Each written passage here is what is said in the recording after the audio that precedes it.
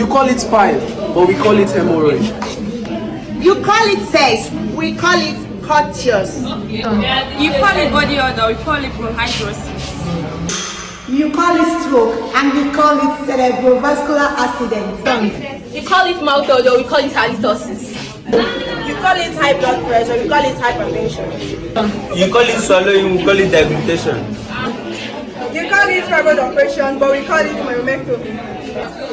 You call it chewing, we call it mastication. We call it cough, we call it ptosis.